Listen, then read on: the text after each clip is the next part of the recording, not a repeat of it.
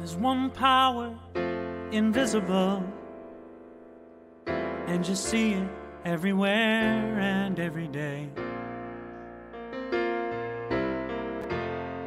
One power indescribable, and you speak of it with every word you say. Mysterious until you know the truth, as simple as the love inside of you. Call it God, call it Spirit, call it Jesus, call it Lord, call it Buddha, Baha'u'llah, angels' wings or heaven's door. But whatever name you give it, it's all one power, can't you see? It's the power of the love in you and me. One power, one power. One power, one power, one power. That's what we talk about here. That's what we're all about here at Center for Spiritual Living, Midtown, Atlanta. I want to welcome you and thank you for being with us. Let you know that such is the nature of life, that all it asks and all it wants is the opportunity to appear. You're that opportunity, so am I, and so it is. Being that opportunity for life to appear means that there is that within us which is powerful and important and matters completely and ultimately. It means that you are loved. You are loved with a love bigger and greater than you can imagine. You are empowered to live with freedom, with joy, and according to your highest and greatest idea of your good. We here at the Center for Spiritual Living support each other in that growth and in that direction and in that adventure of living. We do that by recognizing that each one of us is an experience or an expression of the divine. We are God's opportunity, life's opportunity to be something different, something particular and unique. And therefore we celebrate you, whoever you are, whatever your path, however you identify yourself, whatever your pronouns, whatever your understanding of yourself in terms of how you fit into the larger world here. However that goes, whatever that looks like, we celebrate you and we support you. And we can do that because we know and understand at depth who you truly are. Even though we may not know your personality, we may not know your individual taste, likes or dislikes, we know that you are an expression of the divine.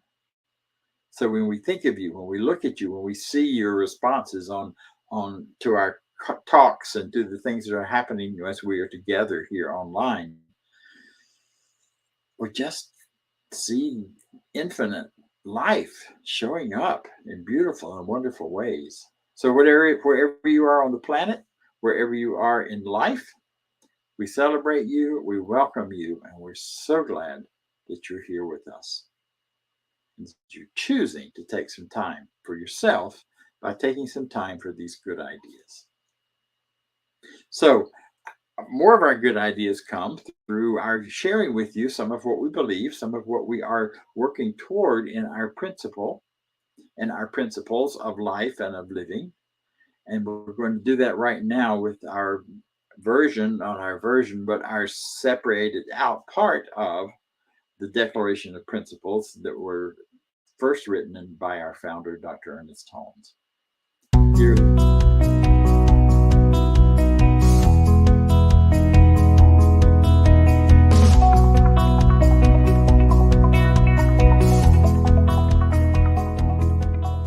I believe in one God, one absolute power and first cause to all things. I believe that this power is perfect love and creates out of a desire to express love. I believe all thought is creative, and how I choose to think creates my personal experience. I believe in the unity of all life and the immortality of the individual soul, forever unfolding. I believe in the eternal goodness, the eternal goodness of God, the eternal loving kindness, and the eternal givingness of God to all. And so it is. And so it is. And so it is.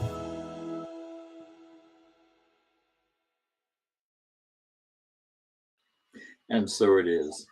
There's much more to see and know about that Declaration of Principle. You can find it on our website, cslmidtown.org, where it is laid out in all of its sections and parts. And throughout the year, I bring you talks and conversations about different parts of those. Now, you saw and heard from some of our practitioners on that video. Now we're going to hear from another practitioner. A practitioner is someone who's studied these principles, who's put them to work for themselves in their lives in rich and wonderful ways, and know how to know these truths for other people in a way that can support you in your life as you go forward. So today we'll hear from one of our wonderful practitioners, a dear friend from many years, from far, far away. Well, not that far away. She's down in Florida in St. Petersburg, and she comes to us to share some thoughts and then to lead us in an affirmative prayer. Norma, thank you. Yes, Dr. Bob, thank you so much. I really appreciate being here today as we are talking about successful living. You know, there are certain ideas or concepts that we must incorporate in our mind if we are to have a successful life. And our subconscious mind must be filled with ideas of faith and truth. In 1974, I don't know if some of you may remember Reverend Ike, a Black minister in New York City, was a speaker on the science of living, where he told his followers, in this game of life, you must be your own cheerleader. Only then will others join in cheering you. Too many people are waiting for others to start cheering them before they will start doing anything for themselves. But you know, you must root and roar for yourself in your own mind.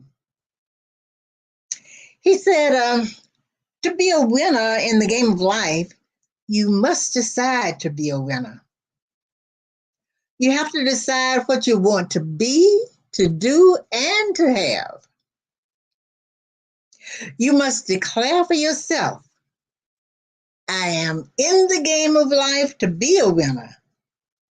In some ways of rooting and roaring for ourselves and filling our mind, we fill our mind with some of the ideas as in the following.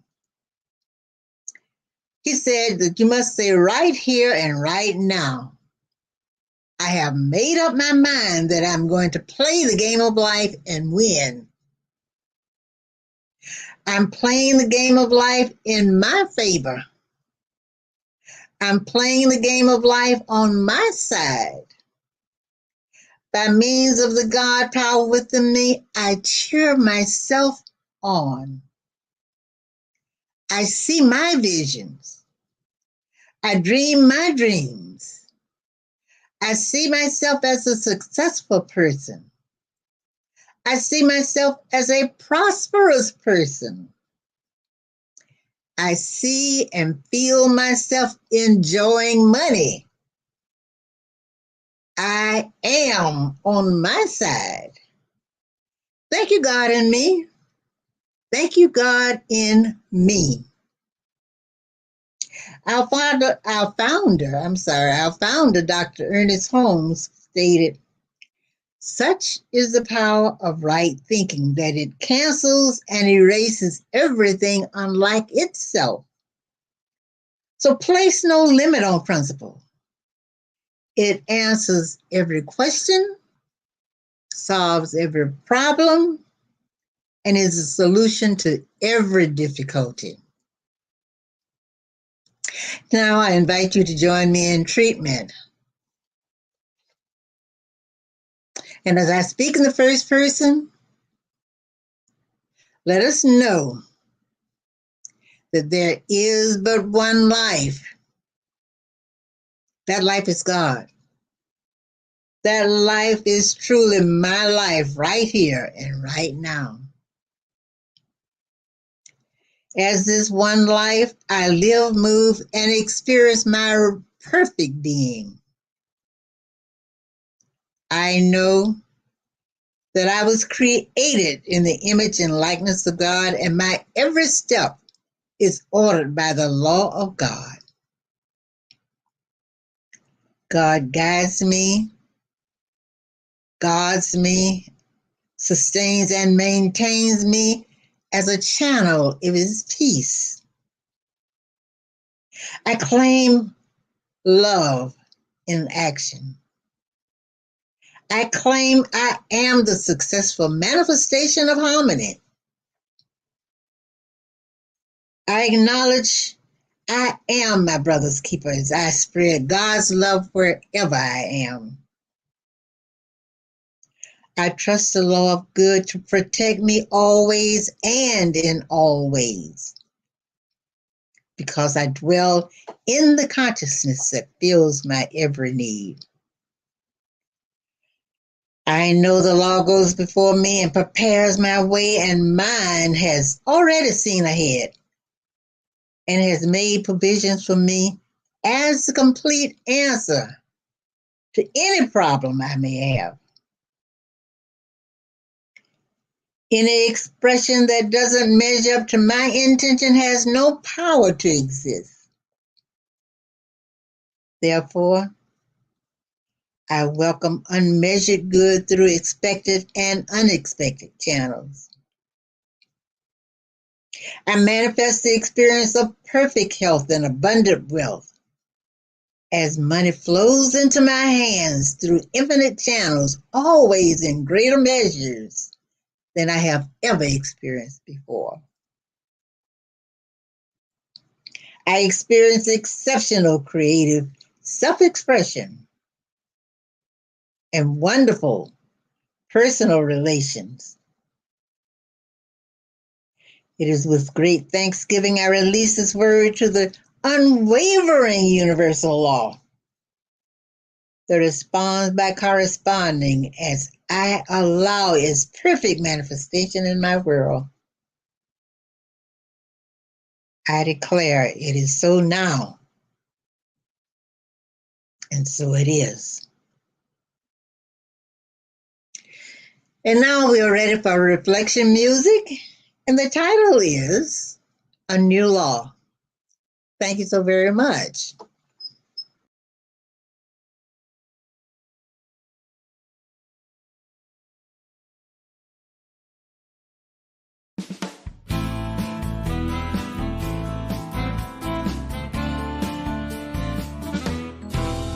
There's a new law around, though it's been here from the start. It's the law of love from the universal heart. Love one another,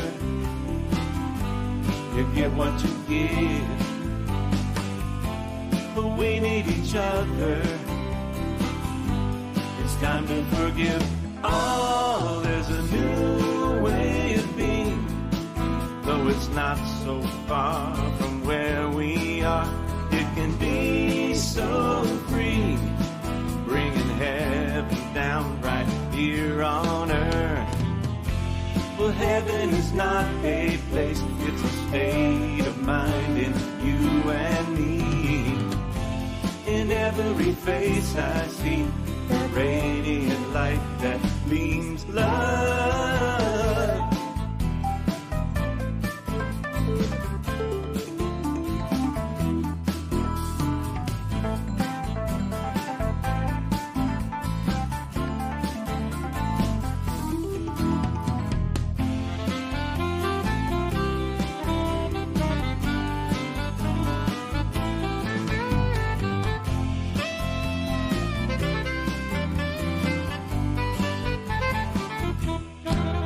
There's a new law around, though it's been here from the start. It's the law of love from the universal heart. Love one another, you get what you give. Oh, we need each other, it's time to forgive. Oh, the new law is love. The new law is love.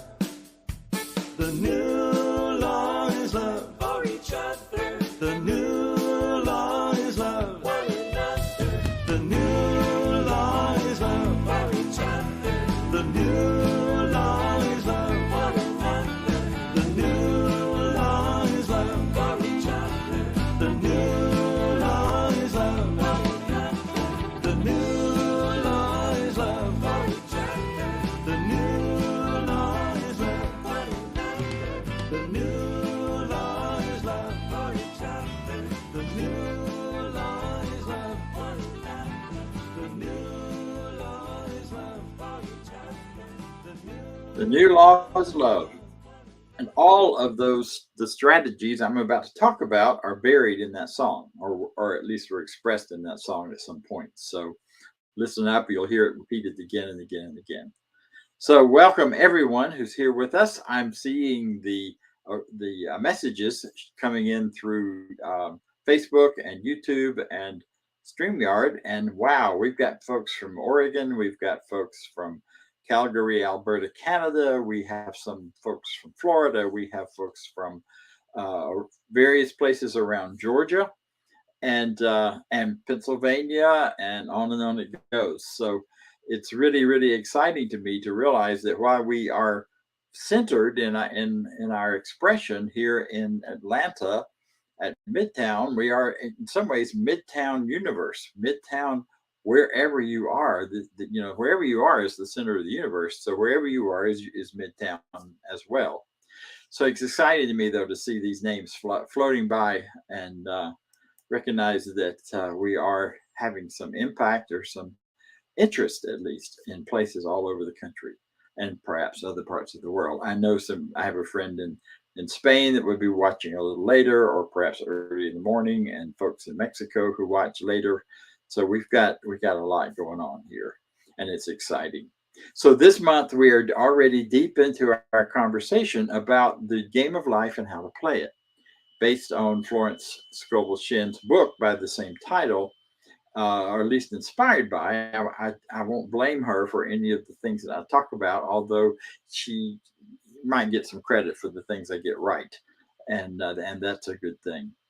She so in the first week of this month, we talked about what is the overall purpose of the game of life, and we talked about and established the idea that it is knowing and experiencing our greatest good, recognizing what is really good for us, what we desire to have and experience, and we couple that with the idea that what we are all looking for is the experience of being alive, not numbed out by anything, not numbed out by our pain, not numbed out by our addictions, not numbed out by any of those things that show up in our world, but instead that we are fully present and alive.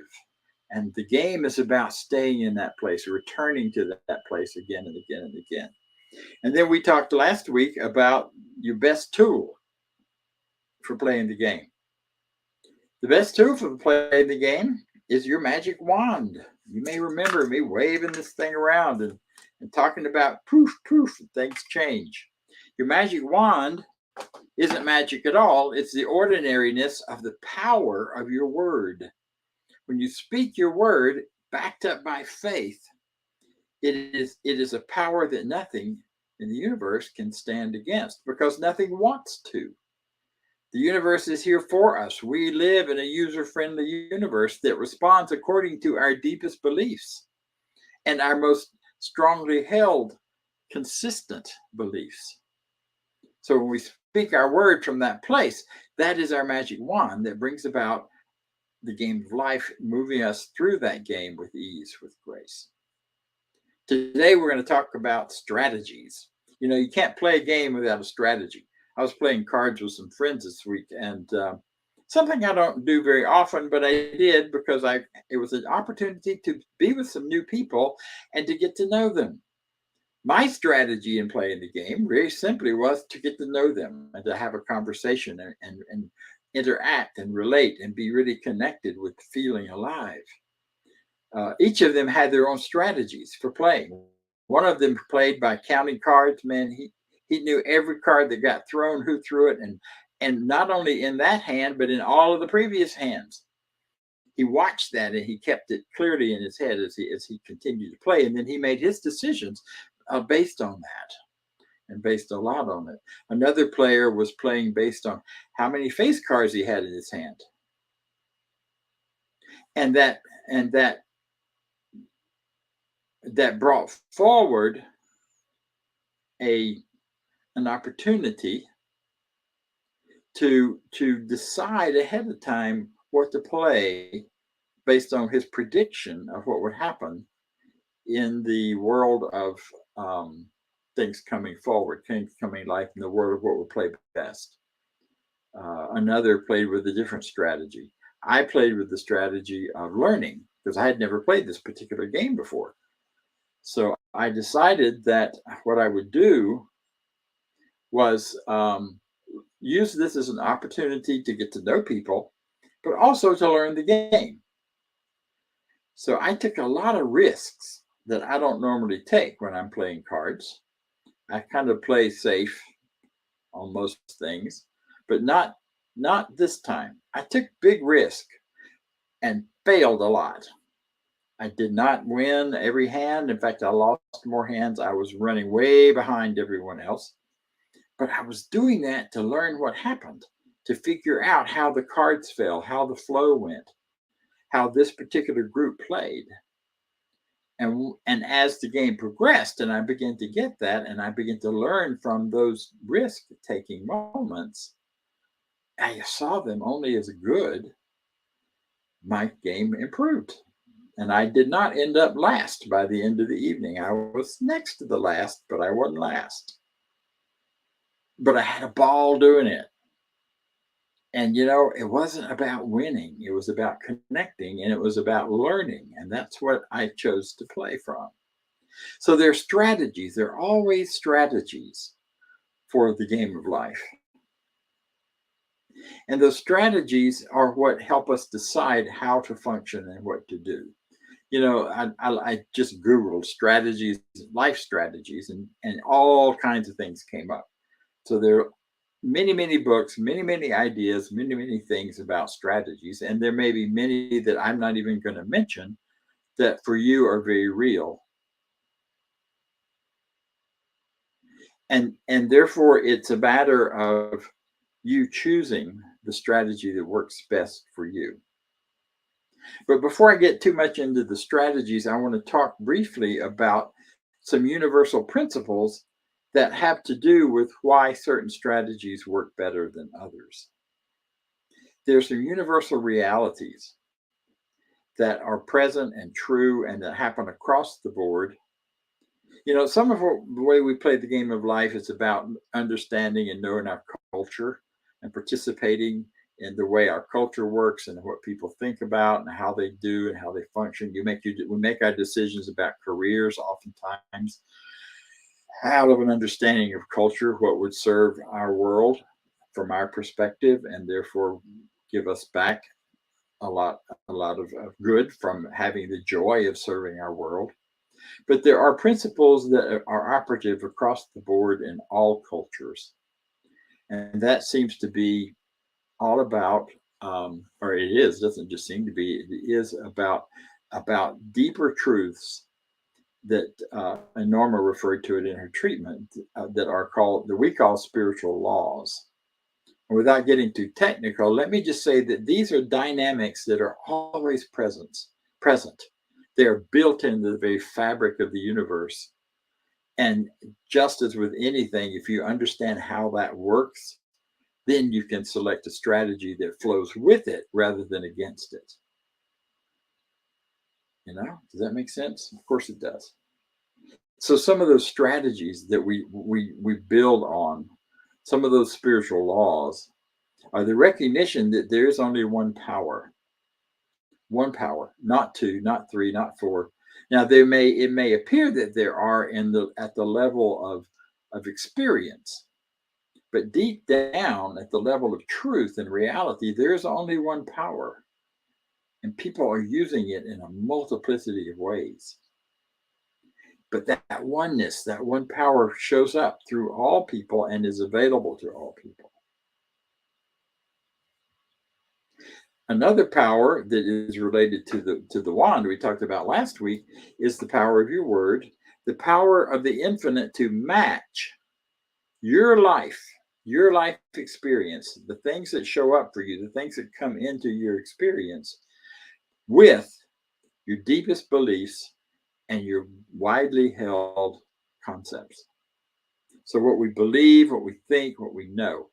Have you ever noticed that when there's so many places and examples for that. One that already immediately comes to mind for me is when you start looking to buy a new car and you get a concept that there's a particular color or kind of car you want. You want a red Toyota convertible. And then all of a sudden, everywhere you go, you're seeing red Toyota convertibles. Or you get the idea of a Mercedes, black, sleek, beautiful. That's your idea of greatness and goodness and what you want. And then you get that idea and you start believing in it. They just start showing up everywhere. And then you walk into a dealership and there's the one you wanted. So the universe matches our belief system, matches what we think. You believe life is difficult and a struggle, and because you perhaps got a slow start or a rough start in life, then it's going to be hard and painful. Then hard and painful is what will show up. And the other universal piece I just want to point to quickly is that you're good, that which you consider to be good, the things that you love, the things that you have passion about, they show up as you believe in it, as you know it, as you are clear that it's going to come to you. And this passion, this truth, this reality is matched. The great teacher said it first, or said it somewhere back there. It is done unto you as you believe. Now, that's a universal reality. That's not something you can conjure up or make happen. It just is the truth. So what about strategies? One of the great strategies of life that is far more profound and powerful than many people may realize is the strategy of life that shows up in every major religion in its teaching and in its principle of how to live in the world. And that is the golden rule, as it's called in this culture. The golden rule. Well, you've heard it all your life. What do you mean that's a great strategy of life? The golden rule says, do unto others as you would have them do unto you, which could sound a little bit like a manipulation, unless you take it to its fuller understanding. Do unto others as you would have them do unto you. Give unto others as you would have them give to you. Be unto others as you would have them be for you. So it's not about just coming up with nice things to do. It is about becoming the very person that you want to be in the world that you want to live in with other people who are being the same thing, the same way. That is tricky, but it's also very powerful to know that by giving what you desire to receive, you're creating a flow, you're creating a circle. We teach this when we teach prosperity, but it's true of all forms of good expression and good experience. If you want more love, be more loving. If you want to receive a greater sense of appreciation and respect, then be more respectful. Be that which you want to receive. Become that which you want to have. You want to be a healthier, fully functioning health person in your life of health, then be that for someone else. If you can't make it happen for yourself, do it for someone else, and it will, by action of unity and oneness, by the natural law of one power, happen for you as well. And an important part of this is then be non-resistant to anything that shows up differently. What does that mean? What are you talking about? It's a strategy of life that says, I'm going to know and choose to know there is one power, and I'm going to be non-resistant to any other idea. In other words, I'm standing in the truth of my love. If you don't love me, or you don't like me, or you think I'm dumb, or whatever language you may want to put on that in relationships, we have that in relationships.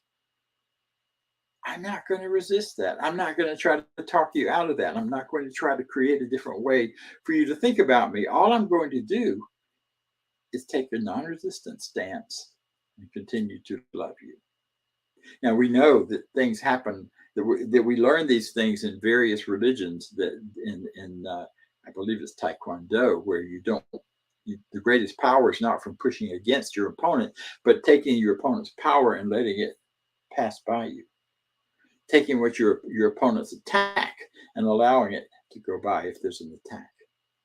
No power in the world can stand against the power of non-resistance. Gandhi taught us that, showed it to us, demonstrated it. Martin Luther King Jr. demonstrated it in this country, and it's still true whether people choose to practice it or not.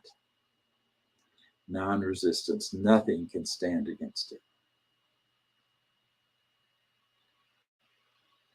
You know, there's a beautiful way to put that into practice, in that in empowered thought, in that idea of creating in that non-resistance, then using that magic wand to create that which you wish to experience as along with or instead of that resistance. And that is the power of gratitude. It's kind of like when I was playing the card game, losing a hand, even losing the whole game. That could have been a source of great upset and anger for me, especially if I'm in those days and moments when I'm all into competition and I need to win, because winning the game of life is about you not winning it. But when my goal is to learn, then winning the game of life is simply about learning from all of the aspects of the game of life. So I don't need to resist those things which I would call bad or not good.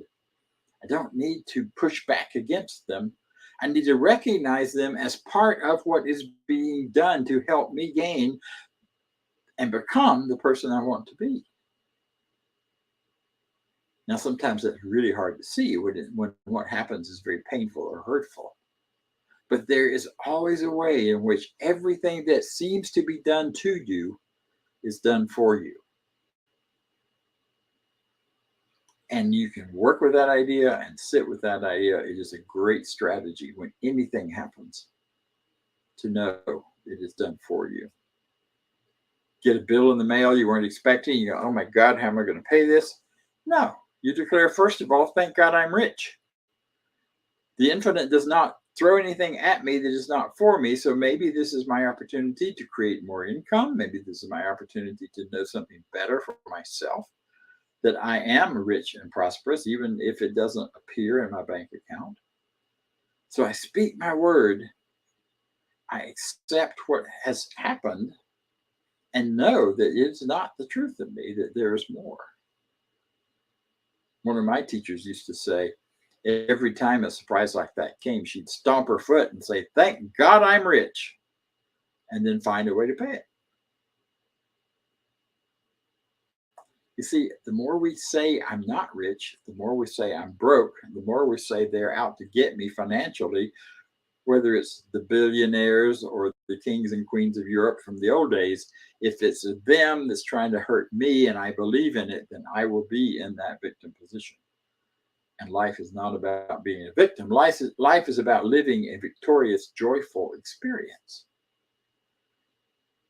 So taking that position of non-resistance and using and transforming, then using your word to transform those experiences into something more powerful and greater. Not by making them wrong, but by knowing better what's there. One of the really powerful ways to do that is something I use all the time, which is a statement that is actually in the book, but I have been using it before. And that is, I give thanks for this perfect day. And I don't wait to do that at the end of the day, although I might. But the main thing to do with that is in the morning, when I am doing my meditation, when I'm going into a deeper space of setting up my day, of being prepared for for whatever is going to happen and what's coming, the things I know and the things I don't know.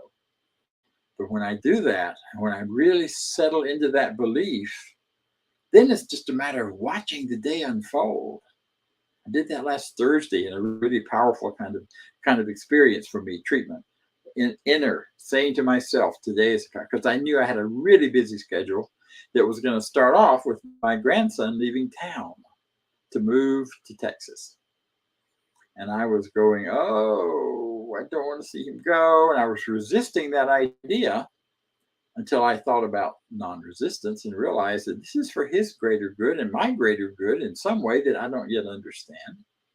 So my gratitude for the perfect day was to get to see him and say goodbye on Thursday morning. I didn't know exactly what time they were leaving. They had given me different times, and the whole family was going to go with him to Texas to get him settled, and then they would come back.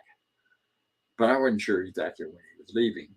But I was doing my morning thing and getting ready, and all of a sudden I got this nudge inside of me, this feeling. It wasn't a thought, it wasn't a voice, or trumpets didn't play or any of that. Just a little nudge that said, it's time to go. If you want to catch Jake, it's time to go.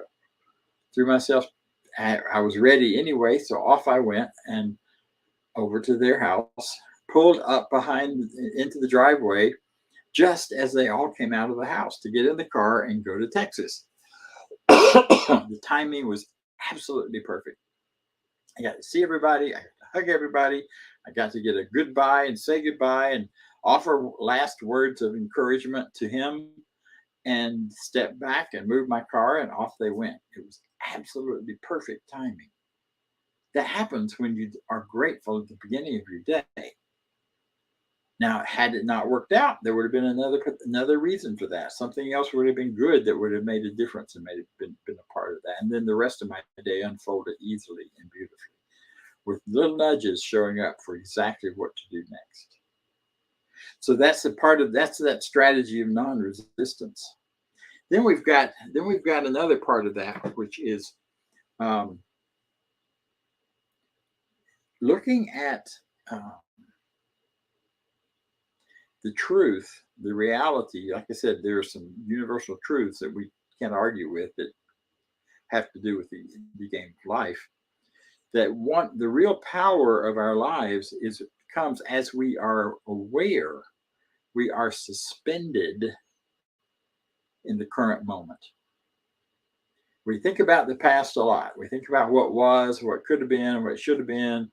I do anyway. I'm sure you do at times. Our grief comes from our past experience for the most part, not altogether. Or we think about the future, what may or may not happen and how it will be. But the real living of our lives, the way we are fully engaged, is to be 100% in the now. I realized a while back, part of the reason I love to travel is because when I'm in new places, seeing new things, it requires me to be fully focused on now and not what was or what could be or what should be or distracted by something. Instead, I'm fully in the experience of now. And that's a strategy for life that will allow you, because in the now, there's only one power. There's not two. It's not good and bad. Because when you start thinking good and bad, you're in the past or the future. But when you're in the now, you're absolutely grounded in the oneness. So that's a strategy to use. A strategy of staying in the moment, here and now. Diego, who does our production here for this broadcast, when I was talking with him a little about this before the service, he's like, yeah, but I just go praise now. Yeah, praise now. Think about right now, what's missing in your life is anything. If right now, not in 30 minutes, not yesterday or before now, right now. What's good, what's working, what's right, what's powerful. You know, it always causes me to take a nice deep breath, because now is such a sweet, sweet place to be. It's a great strategy of life to live in the now. Doesn't mean we don't make plans. Doesn't mean we don't go ahead and follow our schedules once we get them and all of that. But it's a strategy to aim for having experiences that bring us fully into the now. One of the things that helps with that is whenever things come up that seem to be troublesome, when there seems to be a duality, when there seem to be two powers working in your life, something for you and something against you, and you're struggling with what's the best or right answer or best way to handle all of that. One of the really powerful ways to stay in the now is what Florence Scovel-Shinn calls burden casting. And you may have heard it if you're from a Christian background, cast your burdens upon the Lord God, whatever. But what you're really doing is casting your burden on the infinite power of oneness within you. And you do that by simply saying the words, I'm casting my burdens on. I'm casting this uncertainty on the power of life within me. I'm casting my confusion on the power of goodness and wisdom and love within me, because we all have that within us. So it's choosing to reach out to that greater, higher power.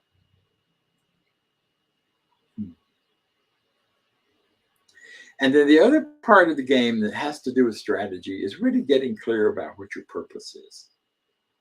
We're going to talk more about this in the next couple of weeks, but right now, just to say that when you know your purpose, then you know the strategy that will get you there.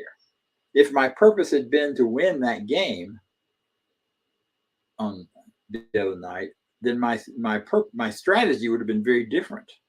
I would have gone online and I would have learned all I could about the game, and I'd looked at all the videos, and I figured, because all that stuff's available to us.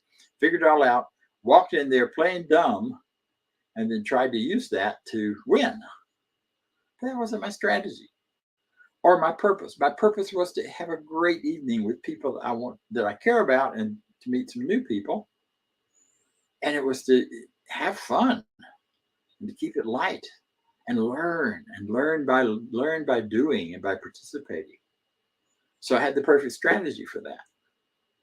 So get your purpose clear, because when your purpose is clear, then the strategies become easier to choose and follow. If your purpose is to be wealthy, the strategies. There are books and books and books on the strategy for building wealth. But the biggest one is how you begin to think and feel within yourself. You begin to work on your beliefs about prosperity. And you begin to let go of any resentments to anyone who has more money than you. If that's if money is your prosperity definition. It's like it's all comes back to right here, to know ourselves. Now we just add really quickly to all of that in building these better ideas for ourselves, one of the most important, powerful ways, you're going to love this, is music. Music speaks to our subjective, subconscious mind in a way, and with non-language in a way that nothing else really does, except rhythm, which is part of music. So if you're working on something, if you're thinking about, this is what I want to be in the moment, I want to be in the now. Listen to music that really grabs you and brings you into this moment where all you can really think about is that music. And then dance to it. You see me dancing. Sometimes he cuts me into the screen a little early, and you see me wiggling around and dancing to the songs, because that physical movement takes it into my body and into my consciousness in a deeper way. It being my belief, whatever belief I want to establish. Dance it in, dance it out. Establish that purpose and that clarity of truth for yourself. So the nutshell of this is that the best, most powerful strategy of life that aligns with the strategy of the universe and how it operates is that we give to receive, we receive to give. Not in a manipulative way, but if that which you want more of you feel is missing, then you've got to give it to yourself in consciousness first, because then the universe just goes in a high gear and starts making it happen in your world around you. But as long as you're not sure, you don't believe it, as long as there's fear there are wonderful strategies for turning fear into faith. Fear is just faith in that which you don't want, or that which you believe will do harm to you. But in a world of one power, nothing ultimately does harm to you. This uncomfortable, harmful experience is yes. But your soul, your being, your whole innerness can't be harmed. So fear to faith is shifting that energy of fear, that faith energy you're putting towards that which you don't want, into faith in what you do want. I am prosperous. I give thanks for my perfect day. I am right here, right now, in the very best world I can be in. See, all of this can work for you, but you need to decide what is your strategy, what is your purpose. Learn how to use that magic wand in a way that you perhaps have done, that you can do more powerfully than ever before. Because you deserve the very best life you can have. And so do I. And so it is. Thank you. Now let's hear from Vance. Thanks, Dr. Bob. That was a wonderful talk this morning. And that law of circulation you were talking about, living in the moment, projecting that, having an amazing life. So in that idea of prosperity and generosity and giving, you have an opportunity now to give with us.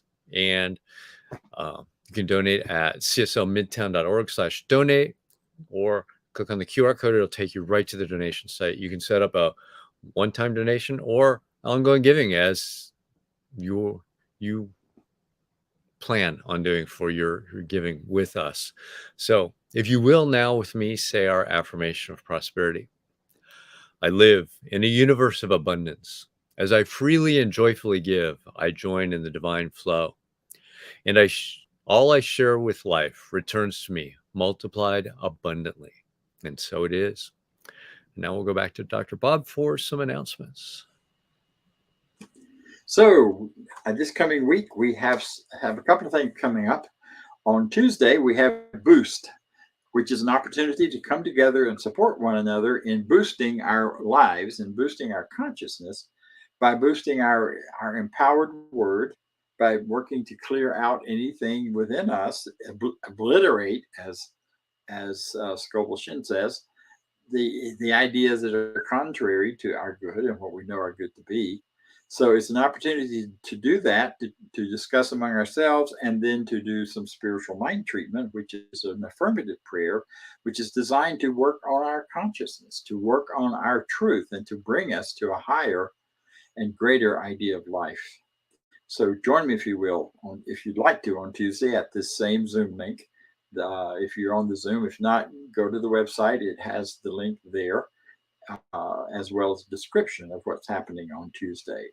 Next week, on Sunday morning, we have a discussion group, an adult discussion group, that is about walking through the book Living the Science of Mind, which is a rich, rich resource of ideas for living well. And it is led by our practitioners. We invite you to join us also on Zoom for that particular time. It's from 10 to 10:45. And then many people hop off of Zoom and over to other platforms to watch the talk and the service. And then at the end of the service today, like right now, in just about 5 minutes, we will be together on Zoom, on that Zoom link, to have a bit of a conversation, to just catch up and touch base with each other. This is a community, a deep, rich, wonderful community. So we invite you to join us and be part of it on Zoom. And I think that's the announcements. So right now, let's share in our closing affirmation. I leave this place now knowing something better than I knew before. I go forth into the world with a heart full of love and a mind full of good sense. I look at the world in a greater way, knowing that I have within me everything I need to create the life I desire. I give thanks for this understanding, and I am grateful for the spirit of life that lives through me. And so it is. Hope to see you all next week. We'll be broadcasting from Mexico.